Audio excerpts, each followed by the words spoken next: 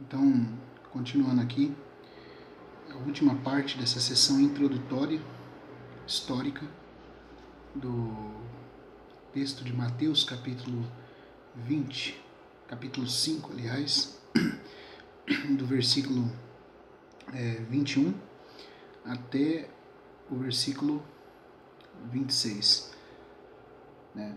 Nós estamos considerando principalmente as questões históricas, culturais, que se ligam a realidades espirituais presentes no versículo 21 e versículo 22. A partir do próximo vídeo nós vamos entrar mais diretamente na questão do governo dos anjos e dos tribunais celestes e da disciplina de Deus nessa vida e na era vindoura. Tá bom? Mas eu falo isso, disciplina de Deus sobre os seus filhos, os cristãos, nessa vida e na era vindoura. Então, tudo isso está relacionado a essa questão do governo dos anjos e dos tribunais celestiais. Agora, ainda considerando o assunto do ponto de vista histórico, como sombra da realidade espiritual, vamos falar um pouquinho do Vale de Geena, ou chamado Vale de Hinnom. Essa Geena em grego e Hinnom em hebraico. Geena, Geinom, porque em grego é o Vale dos Filhos, ou dos que foram gerados por Hinnom, os filhos de Hinnom. Depois foi chamado de Vale de Hinnom. O que é esse lugar? Que aqui na nossa Bíblia, infelizmente, também é traduzido para inferno de fogo. Primeiro eu gostaria de fazer uma observação aqui. A palavra inferno não se encontra nos textos originais, nem no grego nem no hebraico. Ela foi inventada pelos copistas bíblicos já do tempo patrístico para o tempo medieval, como um sinônimo de tudo que fosse das regiões inferiores da terra como um lugar de tormento. Até mesmo a origem da palavra inferno, ínferos, significa o mundo inferior, os mundos inferiores. Então não existe na Bíblia nenhuma menção da palavra inferno no texto original. E embora, como eu disse, mais uma vez eu agradeço a Deus pelo trabalho dos tradutores, das pessoas sérias que se dedicaram a traduzir a Bíblia para o nosso idioma, mas nisso eles fizeram uma salada e um serviço muito desnecessário quando traduziram os termos que a Bíblia usa no texto hebraico e no texto grego como se referindo unicamente a uma palavra. Por quê? Eu não vou entrar nisso agora porque não vai dar tempo. Em próximos vídeos que a gente for tratar de palavras gregas específicas aqui, queria recomendar para você também o estudo do irmão Delcio Meirelles, estudo de palavras gregas. Ele se encontra ali no playlist do canal Martíria. Se você quiser saber sobre essa questão, assista lá o estudo dele sobre Geena e abismo, e você vai ver que precioso que é quando você consulta os textos originais para saber a diferença que a Bíblia faz desses lugares. Porque a Bíblia menciona regiões inferiores da terra, não menciona uma região só. E depois acaba ficando simplificada a coisa como se ela fosse muito simples. É céu e inferno só, não tem mais nada. Não, não é assim. A Bíblia menciona regiões inferiores. Efésios 4, a partir do versículo 9, diz que Cristo desceu às regiões inferiores da terra nos 3 dias que ele estava morto. Regiões, no plural. A Bíblia fala de portas, no plural do Hades, portas da morte, no texto de Jó, capítulo 38. A Bíblia fala de terceiro céu, que é onde Paulo foi arrebatado. Então tem mais de um céu. Então, as regiões do mundo espiritual não são tão simples assim. A Bíblia fala do Tártaros, a Bíblia fala do abismo, a Bíblia fala do abismo, do poço do abismo. Então são coisas diferentes. E os tradutores, quando a conotação de alguma dessas regiões é negativa, quando ela carrega em si um sentido negativo, traduz tudo por inferno. Abismo é inferno, Tártaro é inferno, Hades é inferno, Sheol é inferno, morte é inferno, mas não é isso.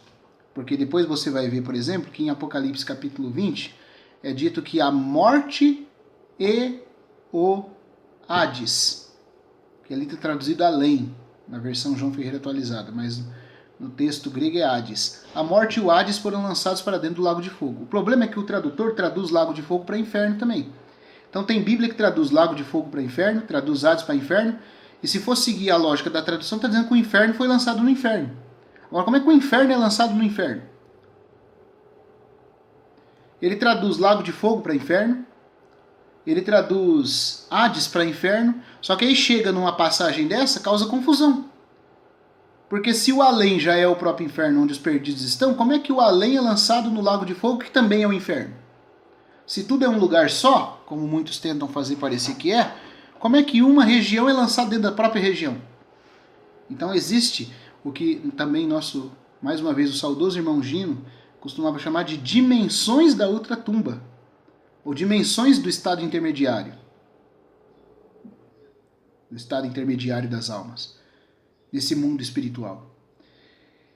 E aqui na nossa Bíblia, a palavra Geena, ou Geena, como alguns dizem, foi traduzido para inferno, mas é uma tradução imprecisa. A palavra não é inferno e o termo inferno nunca é usado na Bíblia. Eu respeito os pregadores que gostam de falar do inferno.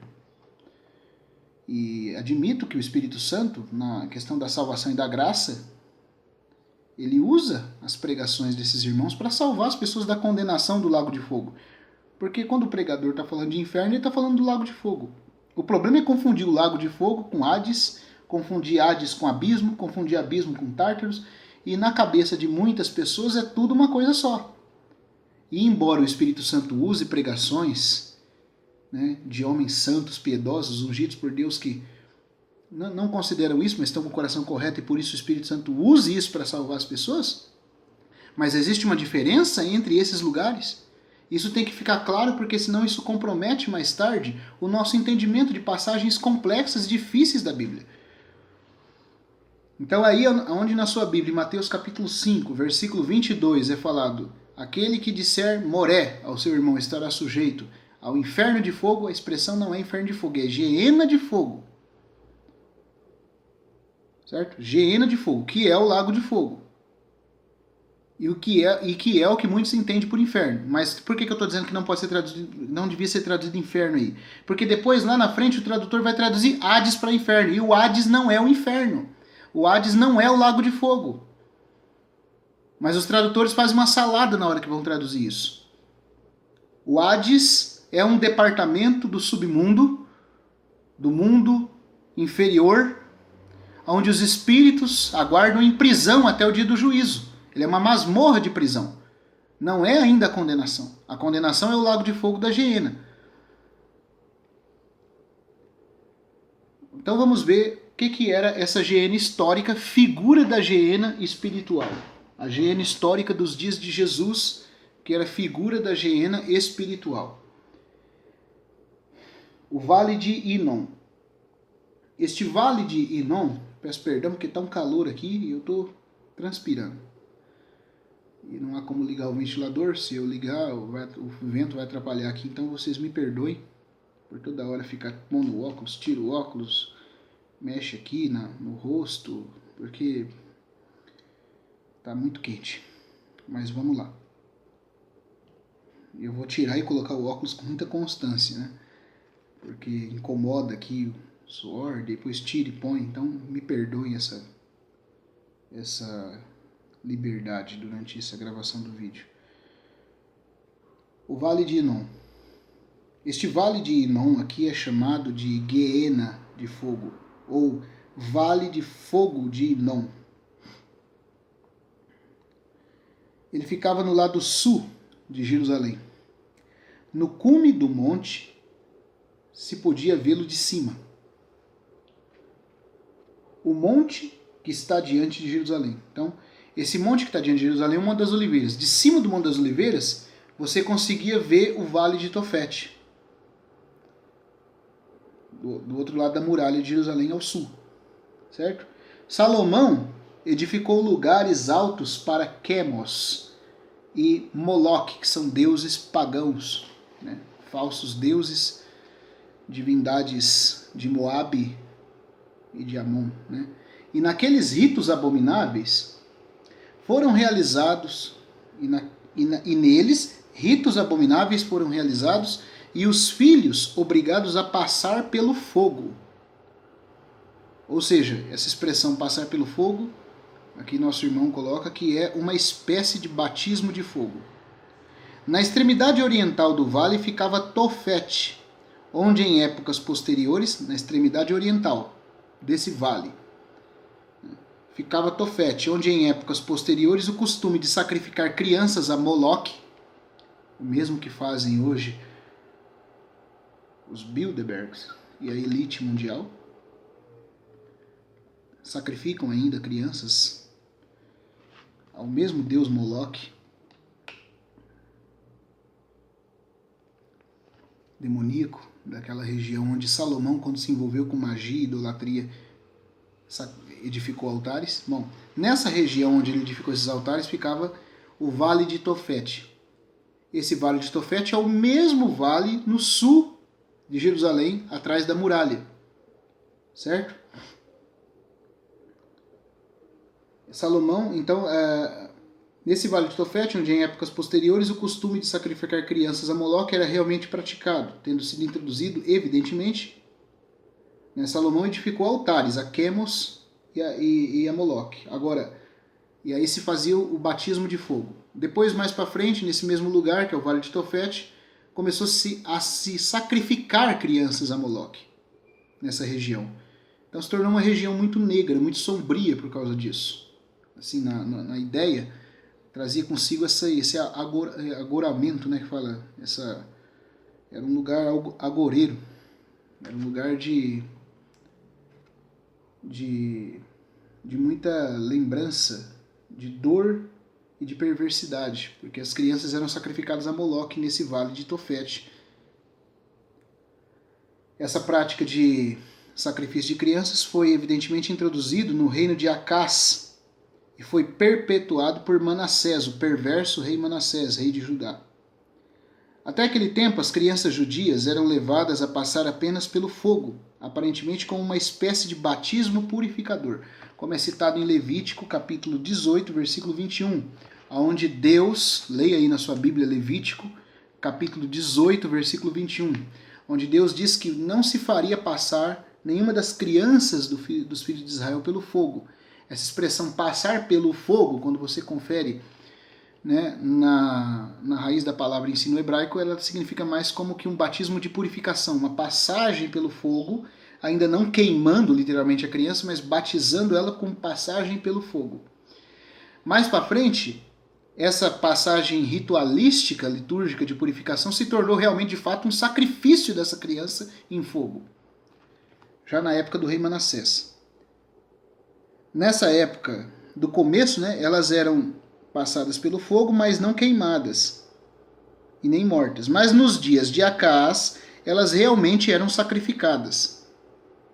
Pois a respeito desse rei nos é dito, lá em 2 Reis, segundo livro dos Reis, capítulo 16, versículo 3, diz assim: Ele, Acás, queimou seus filhos no fogo, segundo as abominações dos povos que o Senhor lançou de diante dos filhos de Israel.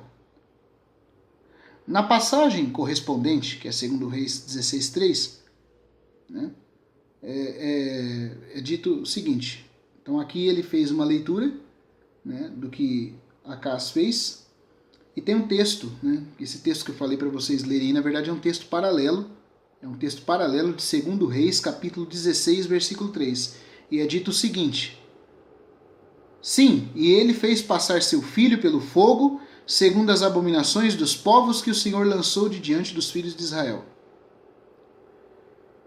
Aqui, o termo sim aponta para algo novo, e uma comparação com 2 Crônicas 28, versículo 3, mostra que o termo mais suave não é usado, como de costume para batismo de fogo, mas para o fato literal de queimar os filhos. O versículo que eu li acima, então, primeiro, ele está em 2º livro de Crônicas, capítulo 28, versículo 3, esse que diz, né? Ele queimou seus filhos no fogo, segundo as abominações dos filhos dos povos que o Senhor lançou diante dos filhos de Israel. Agora, na passagem paralela, né, que relata a mesma história, mas com mais detalhe, de 2 Reis 16, versículo 3, é dito, sim, ou seja, ele está dando ênfase, olha a gravidade do que ele fez, e ele fez passar seu filho pelo fogo, segundo as abominações dos povos que o Senhor lançou de diante dos filhos de Israel. Então, em segundo livro de Crônicas, pode talvez dar a entender que era só um batismo de fogo também. Mas o texto paralelo de Reis, em 2 Reis 16:3, explica com esse sim categórico aqui, que foi muito grave o que foi feito. Sim, ele fez isso mesmo. O que ele fez de tão grave assim para esse sim tão tônico aqui? Ele fez essa crueldade, essa perversidade de queimar seu próprio filho no fogo, o rei Acás. Então aqui o texto de 2 Reis 16:3 é mais detalhado do que 2 Crônicas 28:3. É provável que devemos interpretar 2 Reis, capítulo 21, versículo 6, agora, um outro texto de 2 Reis, da mesma forma. A prevalência desse horrível ritual em épocas posteriores é indicado pelas acusações de Jeremias contra os filhos de Judá, porque eles, conforme Jeremias capítulo 7, versículo 31, eles edificaram os lugares altos de Tofete, que está no vale do filho de Inom. Então esse Tofete, que era a região onde havia essa prática de queimar crianças, ficava dentro do vale do filho de Inom. E diz que eles, os filhos de Judá, edificaram os lugares altos de Tofete, que está no vale de Inom, para queimar seus filhos e suas filhas no fogo. Está em Jeremias 7, versículo 31. E em Ezequiel também lemos: Tu matastes meus filhos, Deus falando para o povo isso aqui, e os entregaste para passar pelo fogo, isto é, a Moloque e as divindades semelhantes. Está em Ezequiel 16, versículo 21. Para colocar um fim nestas abominações, Josias, o rei que sucedeu a Manassés, né? Josias maculou o vale, ou seja, ele desonrou o vale de Tofete, porque era um lugar consagrado a essas práticas pagãs, e Josias foi lá e profanou, no sentido benéfico, esse vale, desrespeitando essas práticas, quebrando os ídolos. Ele maculou o vale e o tornou cerimonialmente impuro. Como diz em 2 Reis, capítulo 23, versículo 10 agora, ele tornou o vale impuro para que nenhum homem pudesse fazer passar seu filho ou sua filha pelo fogo de Moloque. 2 Reis 23, 10. Dali em diante, ele se tornou esse vale de Tofete, o vale de Tofete, onde estava Tofete, onde tinha essa região de fogo que queimava crianças, dentro do vale do filho de Inom, se tornou o depósito de lixo de Jerusalém. Os esgotos, os cadáveres de criminosos executados, as carcaças de animais e todo tipo de carne estragada eram lançados nele. Disse que o fogo queimava sempre o lixo, por causa dos horrores ligados a esse lugar, por causa de ser um lugar agorento, sinistro, pelo fato de ser um lugar de feitiçaria, de idolatria, um lugar onde crianças inocentes foram queimadas a deuses demoníacos, a demônios, e por ser também depois mais tarde, quando Josias fez a reforma de Judá e profanou esse vale para que ele não pudesse mais ser usado para isso, e fez dele o lixo de Jerusalém, e pelo fogo ficar sempre aceso, sem nunca se apagar nesse lugar, disse, né, que o fogo sempre queimava o lixo. Por causa dos horrores ligados a ele e ao fogo, Tofete se tornou para os judeus num tipo nítido do lugar dos perdidos eternos. Dos eternamente perdidos. Então, esse Tofete histórico, que ficava no Vale dos Filhos de Inom, no sul de Jerusalém, atrás da muralha, se tornou figura do lago de fogo que fica fora da muralha da Nova Jerusalém, onde os perdidos também queimarão eternamente, assim como o lixo era constantemente queimado nesse vale. Jesus está tomando a figura de Tofete, histórico, literal, para falar de um Tofete espiritual, onde todo aquele que odeia seu irmão, se não tratar esse ódio, depois de passar pelos níveis de julgamento que ele vai se tornar exposto, julgamentos celestes ao qual ele vai se tornar entregue. Se isso não resolver, na era vindoura ele terá que passar por Geena, por fogo. E isso aqui é para cristão, porque o Sermão do Monte não é para incrédulo, é para filho de Deus. É para filho de Deus. É para filho de Deus que Jesus está falando isso. É para os seus discípulos, é para aqueles que seguem o Mestre, que Jesus está dizendo: vocês correm o perigo de se alimentarem o ódio, desejando a perdição do seu irmão, de vocês mesmos provarem isso um dia. Claro, ele não diz que isso é para sempre. Pelo contrário, no final do texto aí dessa perícope do 21 ao 26, ele vai dizer que é temporário, ele vai dizer que pode ser até sair dali, mas é possível provar. E isso em Apocalipse é chamado de o dano da segunda morte. Cristão pode perder o galardão, como a Bíblia deixa bem claro. João diz que nós podemos não receber completo galardão se não formos fiéis. Paulo diz que se a obra de alguém se queimar, essa pessoa será salva todavia através de fogo. Que fogo que é esse? Ele está dizendo que o dia, com D maiúsculo, demonstrará a obra de cada um, e se você não tiver recompensa para receber, você vai receber castigo, punição, mas ainda será salvo como que através do fogo. E Jesus menciona esse fogo da Geena para os seus discípulos, deixando bem claro que é possível o discípulo passar pela Geena, não a Geena histórica de Jerusalém, não, essa aí era uma figura. Essa foi a que o nosso irmão explicou aqui, para depois entrar nos detalhes da verdadeira Geena, para onde os incrédulos vão ser lançados eternamente e para onde os salvos poderão ser lançados temporariamente. Os cristãos não gostam de falar disso. A doutrina calvinista nega isso, porque nega até a literalidade do milênio. Muitos calvinistas negam, com exceção aí de alguns, como John MacArthur, que é um caroço de abacate na garganta aí dos calvinistas, porque ele crê na literalidade do milênio, embora ele não fale dessa questão da disciplina, mas a Bíblia menciona. Isso não é purgatório. Isso não tem nada a ver com purgatório católico. O purgatório católico foi inventado e principalmente endossado por Santo Agostinho. A partir de Santo Agostinho se cria essa doutrina. E a gente pode ver isso nos escritos dele. Ele cria isso porque ele via que havia na Bíblia uma revelação clara de que alguns não seriam plenamente santificados ou amadurecidos totalmente nessa vida. Então, como ele também não discernia a verdade do reino milenar, nem do galardão, nem diferença de galardão e salvação, isso não era claro para eles, ele pensou, bom, esses daqui são perdidos que vão ter uma segunda chance na outra vida. Então eles vão purgar os seus pecados. Então o que acontece? A salvação na doutrina católica, ela vem pelos méritos de Cristo, como eles afirmam, só que se esses méritos, o homem não se agarra totalmente a eles nessa vida, Deus dá uma chance para purgar os pecados dele por meio de sofrimentos no purgatório. Né? Resumindo, o purgatório é um auxílio.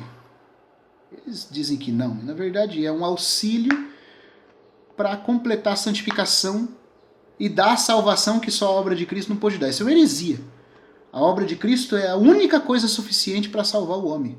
Não há nada que eu faça, não há obra nenhuma, não há nada que eu faça que possa me salvar da condenação do lago de fogo, exceto a obra do Senhor Jesus. Então, qual é a diferença dessa verdade, da punição dispensacional, da dispensação do reino? E para você entender o que eu estou falando aqui, é necessário você entender que existem as dispensações. e por isso eu creio no dispensacionalismo bíblico.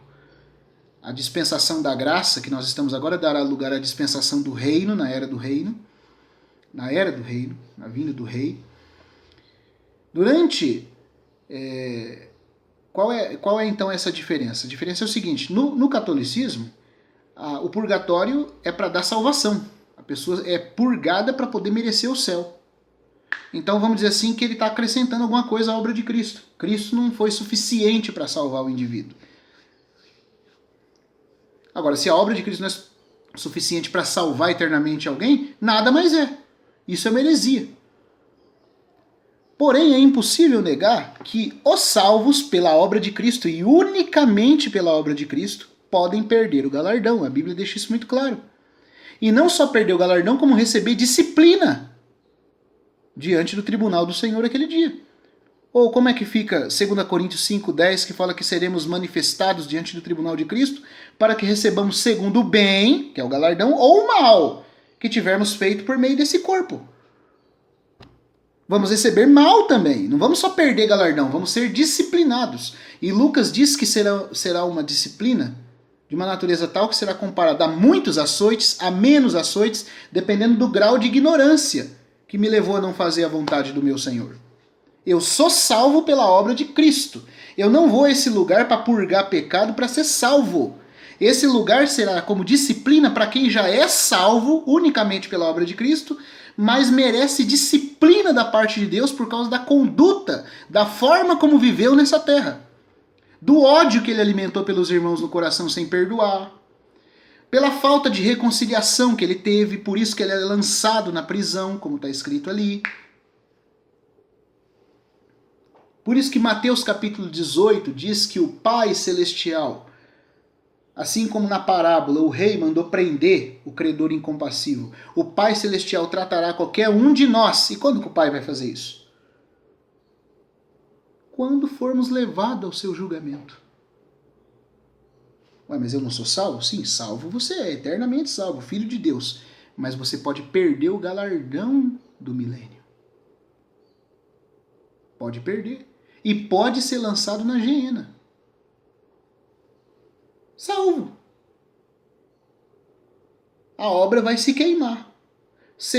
Você continua salvo, como Paulo fala. Ainda será salvo, mas terá que passar pelo fogo. O Agostinho, como não via a diferença de salvação eterna e de reino, ele cria o purgatório baseado nisso.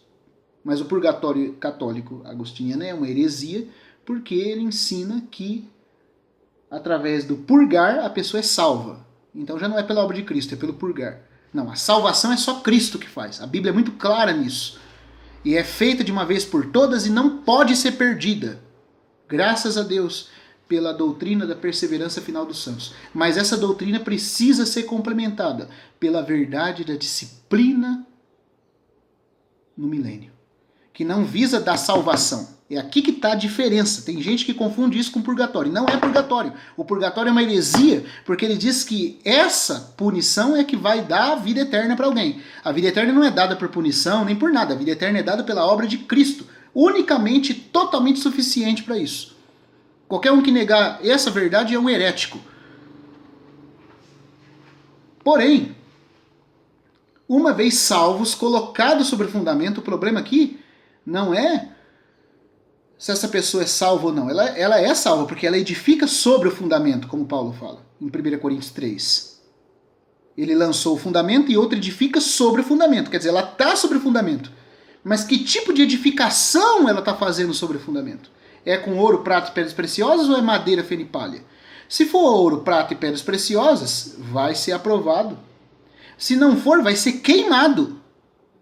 Ou seja, ela não só deixa de receber algo, como ela é queimada. É uma punição. É punição com muitos açoites. Virar o Senhor daquele servo. Tem pessoas que interpretam que é um perdido ali, é um falso crente. Não, o Novo Testamento nunca chama de servo quem não é salvo. É servo. E castigá-lo-á, não está dizendo o condenará, o castigará. Então tem castigo para cristão depois da vinda de Cristo ainda. E se o castigo é depois que ele vier para ter o acerto de contas, então em que época vai se dar esse castigo? durante a época do galardão para quem foi fiel. Enquanto quem é fiel entra nas bodas do seu Senhor, o servo inútil é lançado nas trevas, é lançado no fogo, e ali haverá choro e ranger de dentes, não por toda a eternidade. Porque quem não for vencedor poderá passar pelo dano da segunda morte. É só um dano. Não é a segunda morte integral, completa, eterna. Mas pode passar pelo dano. Se você não vencer como cristão, você pode passar pelo dano da segunda morte. Eu posso passar. Isso não é purgatório? Porque você passa por isso, não é para completar a obra de Cristo te salvando. Você já é salvo, senão você ia para o lago de fogo eterno. Não é purgatório. Purgatório diz que a salvação é ganhada por meio disso. Não, a salvação é ganhada por crer em Cristo, unicamente. E não pode ser perdida. É nisso que está o erro do conceito do purgatório católico. Mas é impossível negar que quando Agostinho viu que existe uma certa punição, ele estava certo. E que a santificação não se completa totalmente nessa vida para alguns, é verdade. Para alguns que já são salvos, se ele não for completamente santificado nessa vida para poder reinar com Cristo, não atingir a maturidade necessária, então na era vindoura, ele poderá ser jogado na geena como punição. Se ele alimentar ódio no coração, ele poderá ser jogado na geena como punição. É uma punição, não é condenação, é um castigo, é açoite dado sobre um servo desobediente, não é sobre um incrédulo, sobre um imundo, sobre um cão e um porco. Então, a geena histórica do vale de Inom, onde ficava Tofete, é um símbolo do lago de fogo, que é eterno para os incrédulos e dispensacional para os cristãos. Que Deus nos abençoe. Eu paro por aqui o vídeo e no próximo vídeo que nós gravarmos aqui, nós vamos entrar de modo mais direto agora nos níveis de julgamento celestial e no tribunal e governo dos anjos. E na punição da era vindoura para aqueles que andarem em desobediência e que se não se deixarem corrigir debaixo desse governo sobre o qual os anjos ainda presidem também. Tá bom? Que Deus nos abençoe. Quero deixar um recado aqui para você também, fazer aqui um anúncio, que o material do nosso irmão G.H. Pember, Animais, Seu Passado e Futuro, já está completamente traduzido. Eu disponibilizei aqui o videobook na série O Escriba Versado, do vídeo com texto e áudio sendo lido. Você pode conferir na playlist aqui do canal. Só que aquele texto não trazia consigo os apêndices que aparecem na obra original. Então houve um apêndice, o apêndice A, né, que é um material escrito pelo D.M. Penton sobre a redenção dos animais, o destino dos animais de acordo com a Bíblia. Imagine que o amor de Deus se estende até para eles. Qual é o plano de Deus com relação à criatura? Como era a natureza antes da queda? Como ela ficou após a queda? E como ela terminará no propósito de Deus? A redenção de Cristo não se define para nós somente, mas para toda a criação. Como Paulo disse, a criação aguarda e geme, aguardando a revelação dos filhos de Deus, porque ela mesma tomará parte na glória. Então, esse assunto é muito abordado pelo Pember, pelo bispo John Ellicott, por D.M. Penton, e eu traduzi o texto do Pember, só que o apêndice do material do Penton ficou de fora. Então ele não aparece nesse vídeo. E o irmão Delcio Meirelles, a quem eu sou muito grato, meu querido irmão, a quem amo e respeito no Senhor, ele fez a tradução e eu coloquei essa tradução do Penton como apêndice A na obra. No texto também não aparece o apêndice B, que é um apêndice original do texto dos animais do Pember. Também não aparece no vídeo texto que eu gravei, não aparece esse apêndice B, falando sobre a imortalidade dos animais depois que morrem. Para você que é um ambientalista, que se preocupa com a ecologia, que é cristão, saiba você, os animais também são eternos. O amor de Deus se estende para eles. Leia esse livro e literalmente vai parecer que você está entrando em Nárnia. Porque esse reino de amor que parece uma fantasia é real.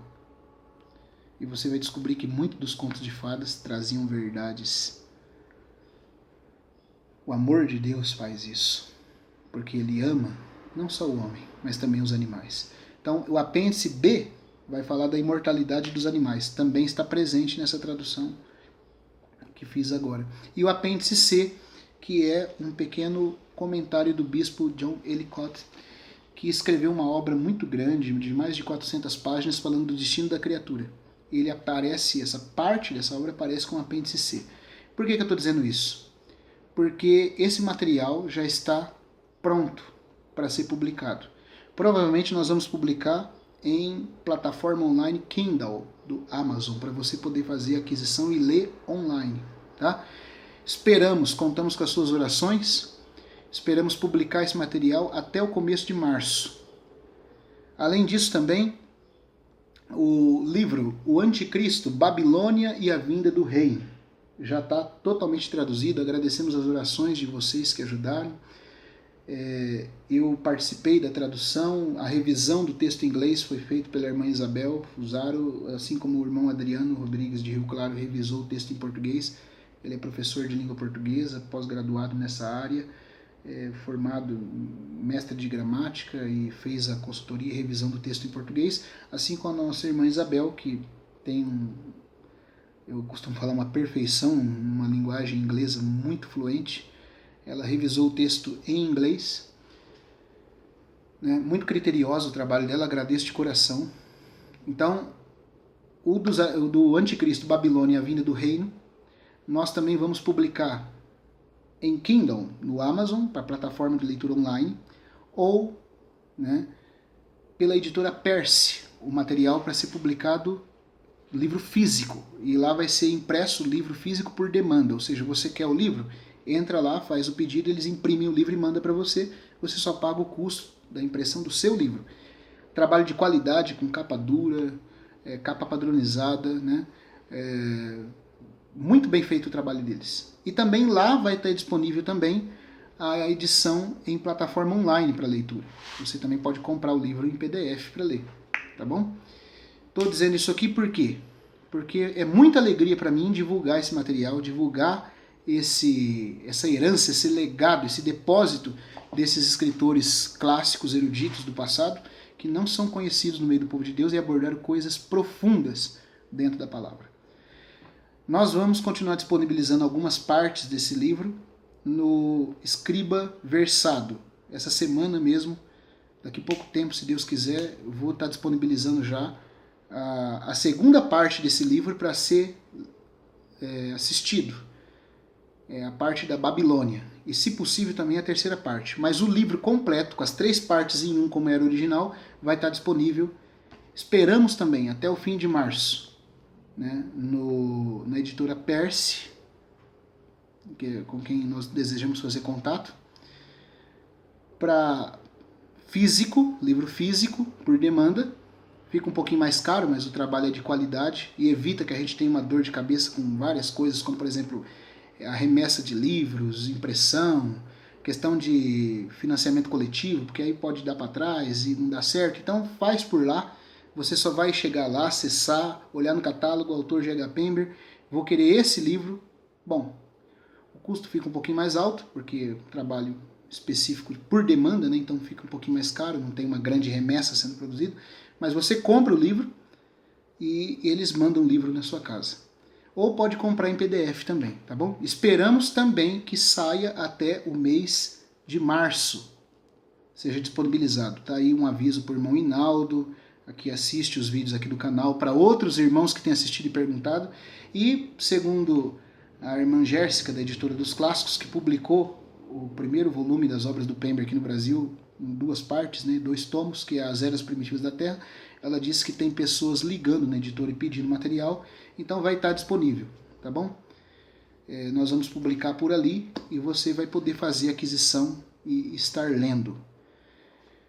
Fica também um aviso aqui que se você quiser contribuir conosco nesse projeto, se você conhecer alguém que fale fluente o inglês e quiser nos ajudar, eu tenho recebido a ajuda do irmão Delcio Meirelles, que é o tradutor do Homem Espiritual do Atmani, diversos livros em inglês, da irmã Isabel, que fala fluente o inglês e eu creio que o alemão também, e o Adriano fazendo a revisão do texto em português, além da irmã Carolyn também, de Campinas, que tem ajudado.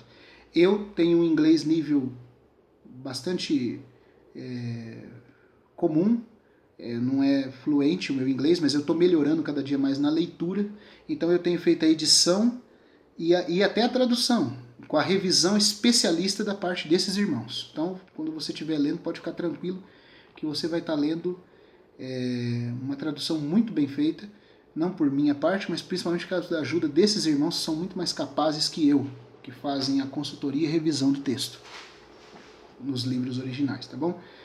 Agora eu pretendo, claro, futuramente ter um meio para poder me aperfeiçoar no inglês, quero me inscrever ainda esse ano para poder ficar fluente e assim a tradução poder ser até mais rápida. Mas se você conhecer, né, alguém que fale inglês fluente, que quiser nos ajudar, ou se você também fala e quiser nos ajudar, entre em contato conosco. Nós estamos começando esse projeto de uma maneira bem no sentido amistoso, de amizade, de companheirismo voluntário. É claro que se mais para frente isso aí se difundir mais e mais pessoas buscarem, tiver como a gente ter um corpo editorial e até uma futura editora, é pretendido por mim, pelos irmãos que me ajudam, que a gente ganhe o que é lícito, né, com isso, e também possa remunerar pessoas para poder contribuir, né, trabalhando mesmo nessa questão. Então, se você, mas por enquanto a gente está começando, se você é voluntário e puder nos ajudar, entre em contato conosco. Se quiser contribuir também financeiramente, falando, olha, eu quero ajudar com a aquisição desses livros, porque, por exemplo, esse livro aqui, ele vem dos Estados Unidos, eu tive que comprar importado. Algumas coisas que o Delcio já traduziu aqui, mas outras estão aqui. O livro do Babilônia, Anticristo e a Vinda do Reino, tive que pegar totalmente tudo do inglês também. Tem que comprar de lá. Tem um quarto volume do livro um livro do Pemberley, que é dessa série aqui, né? As Grandes Profecias da Bíblia, o volume 4, tive que também importar dos Estados Unidos. Agradeço a Deus pela ajuda do meu irmão Eduardo Spies, que de lá me fez a aquisição do livro lá para mim e finalmente chegou aqui para mim o livro. Então, se você quiser ajudar com a aquisição de livros, ajudar contribuindo com o canal, ajudar com tradução, entre em contato conosco. E se não puder ajudar dessa forma e ainda assim quiser ajudar, ore por nós, tá bom?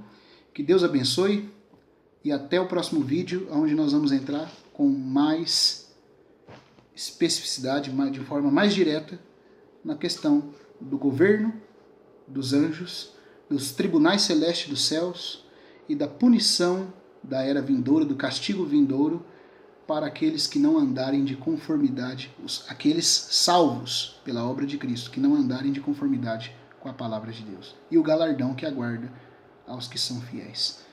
Que Deus nos abençoe. Até o próximo vídeo.